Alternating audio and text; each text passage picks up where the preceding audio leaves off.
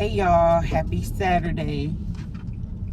So I just wanted to get on here real quick and be transparent. A year ago, on this very day, in the morning, I was getting divorced.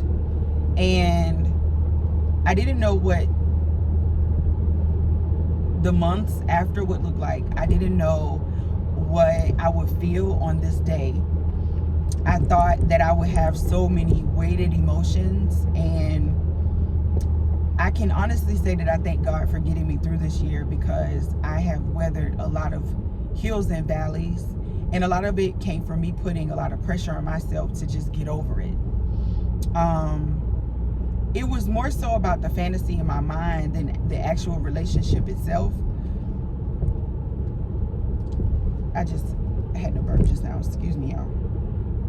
Because sometimes people are heartbroken because they feel like they lost something amazing.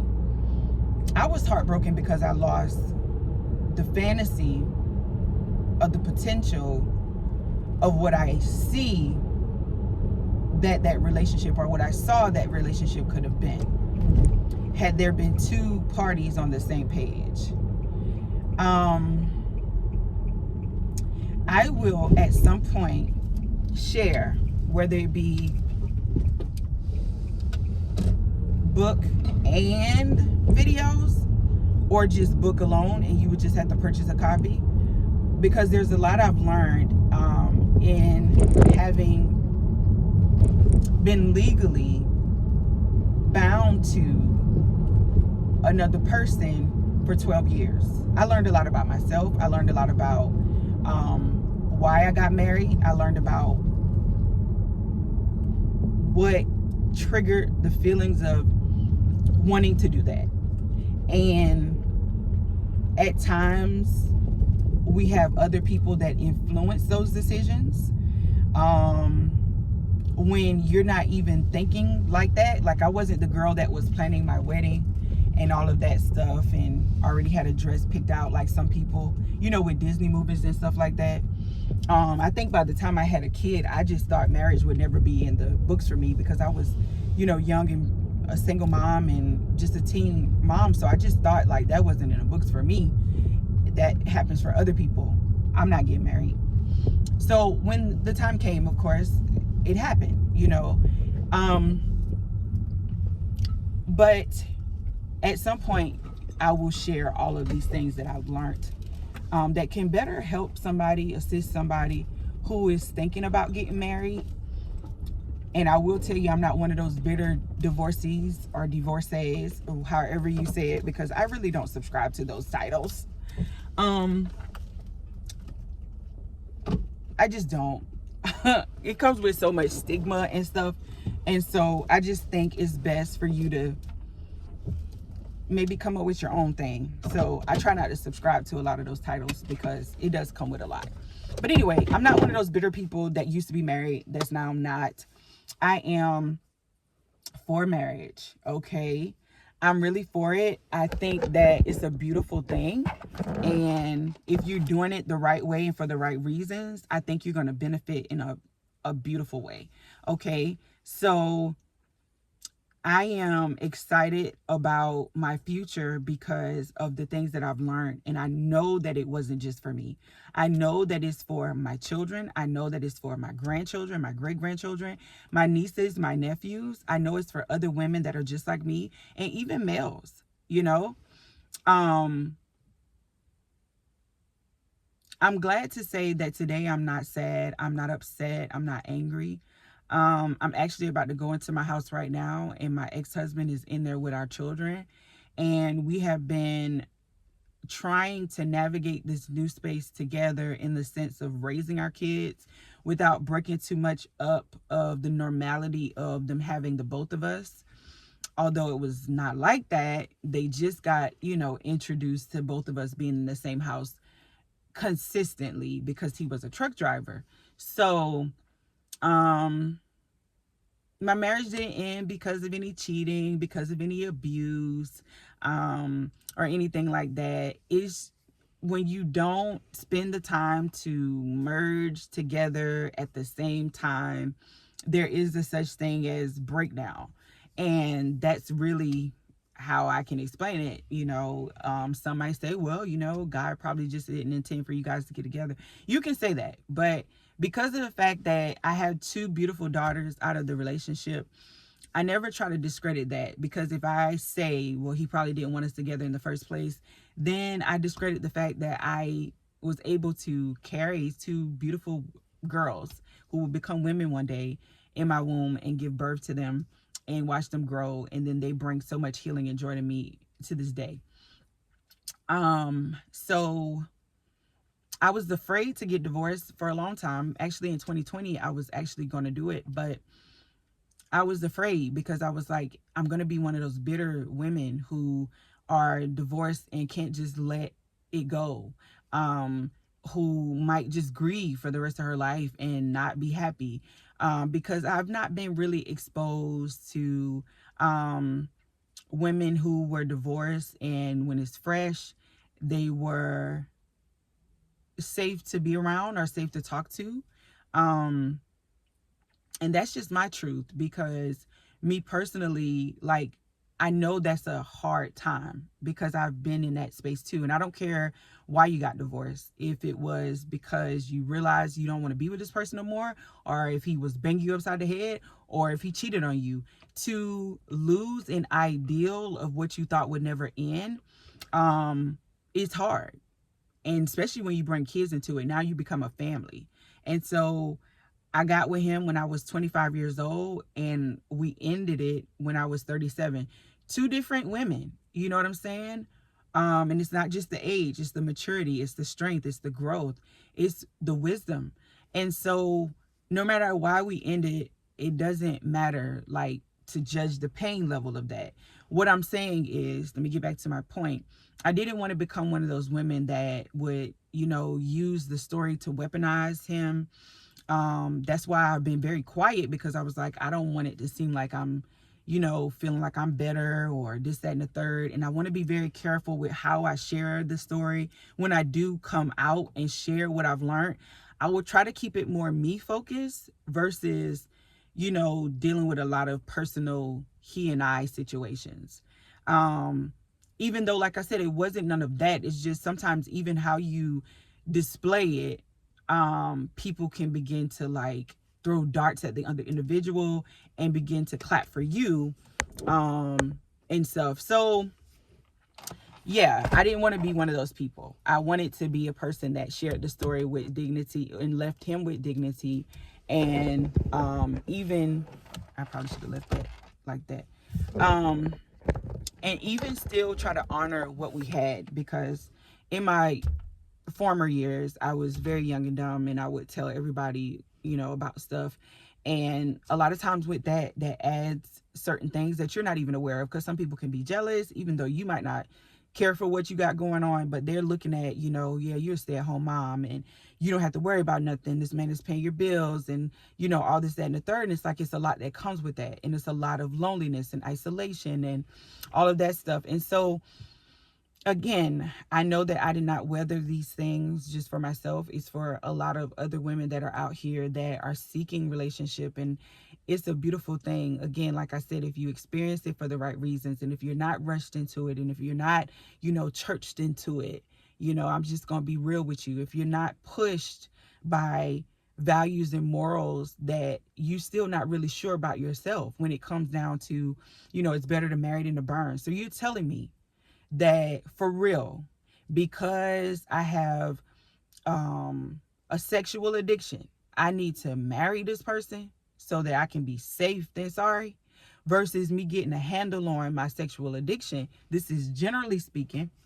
But that is what toxic religion teaches you. Fix your problem with medicating it on the surface, but not digging at the root. Do you not know, when you do stuff like that, like getting married just for sex, like, I don't think you gonna have no beautiful relationship. You gonna get your sex, but we deal with real life over here in relationships, with marriages. Like, there are things that have to be done. Bills have to get paid. Plans have to be made. Children grow up. Children act a fool. So it's like, how is sex gonna fix that? Like, you have to have somebody that's emotionally competent, emotionally aware of themselves, really knowing like their ins and outs of their history of why they act how they act. And if they don't know that they're seeking help, which is therapy, on that. Okay, because if not, you'll be out here looking crazy and be asking yourself, what did I just do and why? Okay. Marriage is not for children, you know. And when I say that, I'm not talking about like 17, 16 years old, because of course not. But it is not for people who are immature. And I will even say for myself, I think like I was very immature in my thinking about certain things that I wanted and expected, that when I look back, some things weren't that serious. Although there's a maturity to me that has always been with me, but in some areas it was just, you get what I'm saying? Like, two things can be true. Um I'm happy today, you know, and like I said, divorce was not going to define me. I was fighting tooth and nails. Yes, some days I cried. It's not to say that maybe some other days up ahead that I won't cry. I'll be reminded of something, you know, because it still is a process, and a year is not enough time to really, I think, get over all of it, because I think it's a lifelong journey, and this is something that you carry with you because you've done it, just like every other thing. Whether it's you lost a child, whether it's you lost a loved one, whether it's you created a business that failed, like that never goes away. So this is my first marriage. I would like to do it again, but you know, ain't no stressing and hurrying that, because I'm enjoying now doing something that I didn't do before getting married. And it's odd because before you get married, you are considered what? Single. But I didn't enjoy my singleness because I was so busy trying to feel like validated. And a lot of my validation came from encounters with guys. I did want somebody to court me and date me and stuff like that. And these jokers was out here to do what they've been out here trying to do for years. They just want to go to bed with you. And it's some heartbreak in that stuff, because if that's not what you're signing up for, and you're only signing up for somebody to like you and then to eventually love you, but then for them it's like, I ain't feeling her like that, and then they're not telling you that, you know, that was then, this is now. All right. So I didn't enjoy my singleness. I had a lot of, you know, stuff going on. And now, after having been married for 12 years, I am enjoying me, because what I realized too, I've been a mother majority of my life. I became a mom at 16. So I've been a mom longer than I've really just settled in being me. Because from 16 to now, I mean, I'm still mommying, okay?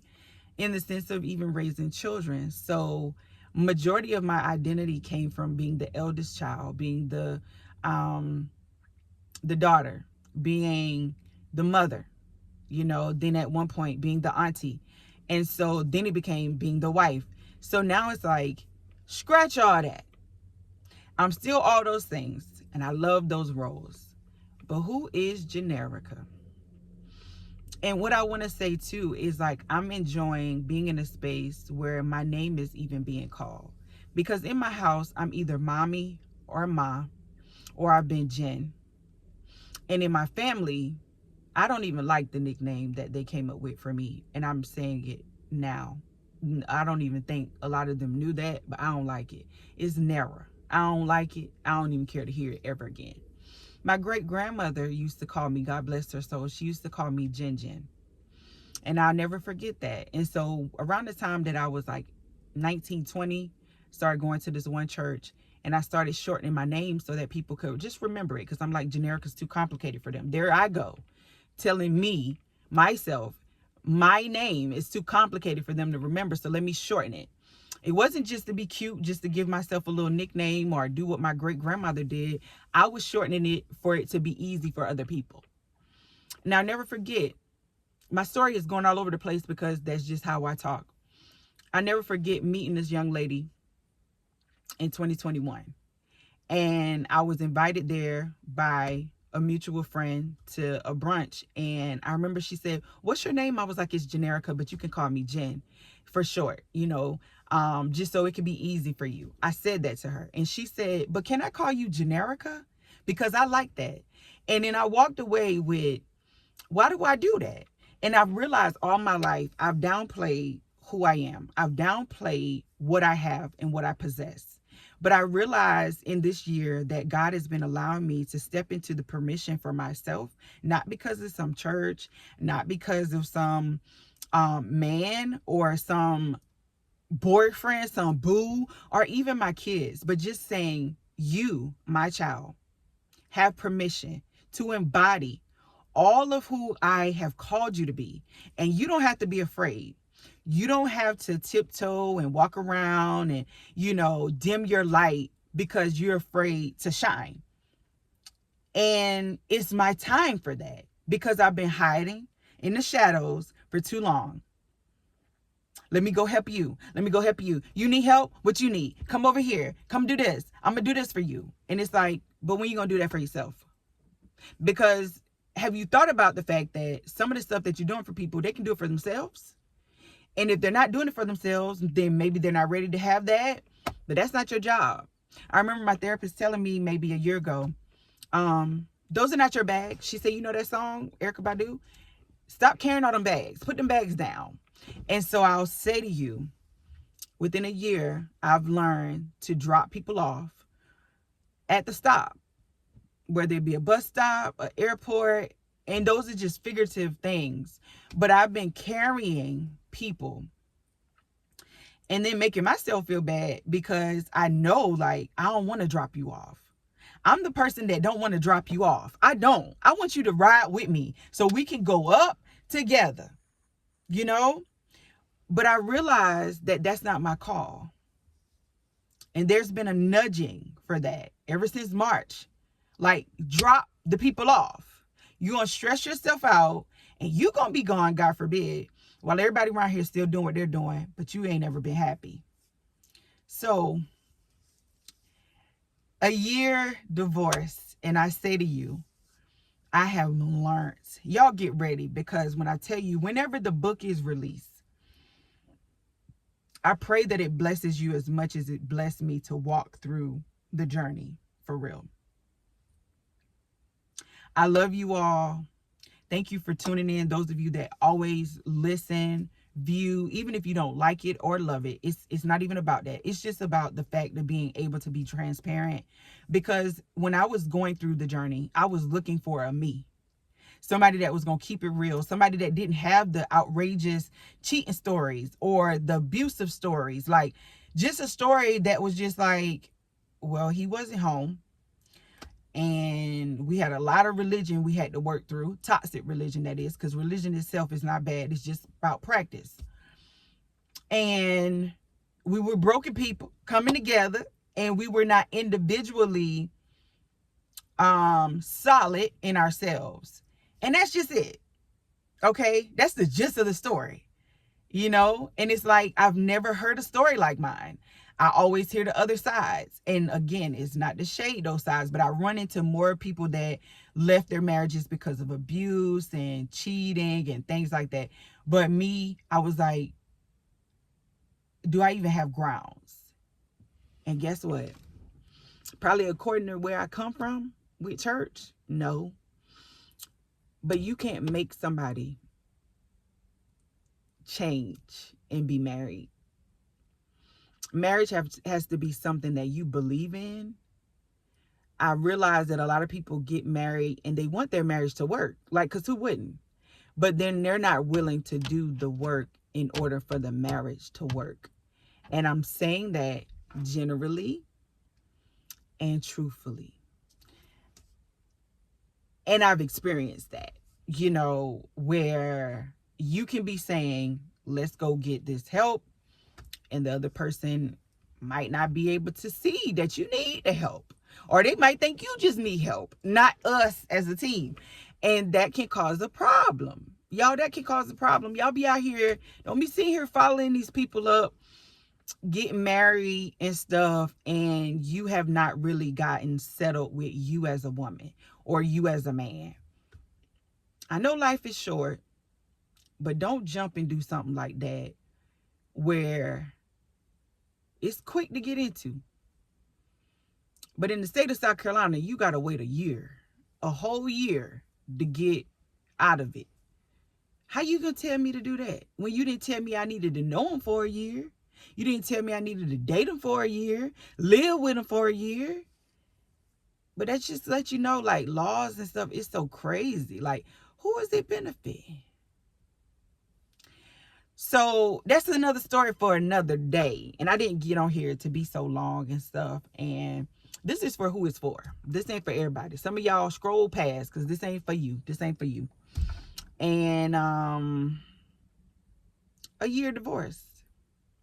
It's been a year. It's crazy. It's been a year. And I just came from a beautiful fellowship with these amazing women. The lady who had the event, I was actually with her last year. She asked me to do her hair. Did not know that I had just left from getting a divorce hours prior to doing her hair. And when I mentioned it, she was like, you should have canceled. And I'm like, nah, I'm good. I'm good. You know, like, I think for me that day, it was about distraction. I'm not going to lie. But today, I didn't distract myself. I went to the event expecting to get exactly what I got, which was just a release of just let my hair down a little bit, laughing with some strangers that, well, no longer strangers, but laughing with some women that I hadn't met before, and actually exchanging numbers with one of them. And so it's been a beautiful day. And it's like God is so intentional with allowing certain days that can dampen. Sorry. With these braces, sometimes words are now being messed up. Let's just go with another word. It can affect you negatively.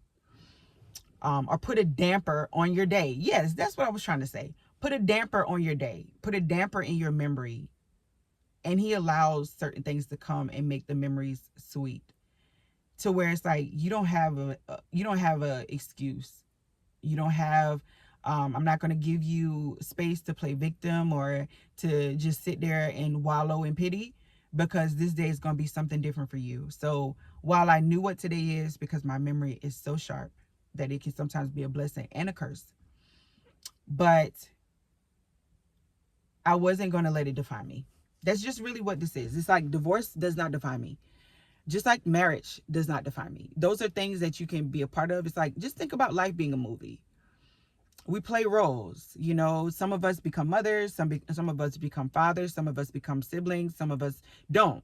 Some of us are just merely a person, and we don't have other people that we have to take care of. We're just people.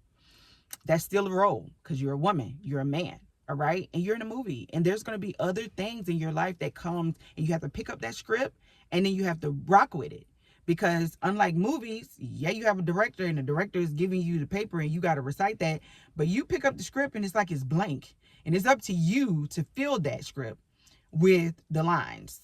And then somewhere down the line, you pass it on to somebody else, and then they read it, and now they know how to go through what you went through. So I hope something that I said blessed you all. I love you all. See you next time. And thank you for listening to my 1 year divorce anniversary rant. All right. But I am well, you guys. I'm well. And stay encouraged, y'all. Stay encouraged. Don't let stuff define you. Breakups and heartbreaks and letdowns and disappointments and lost jobs and whatever that society calls failures. I like to say now, finally accepting I've learned. That's the acronym for fail for me. Instead of looking at it so negatively, like, just realize that you're learning. Okay? Instead of, oh my God, I failed. Okay, but how you gonna learn? Gotta fail. All right. Bye, y'all.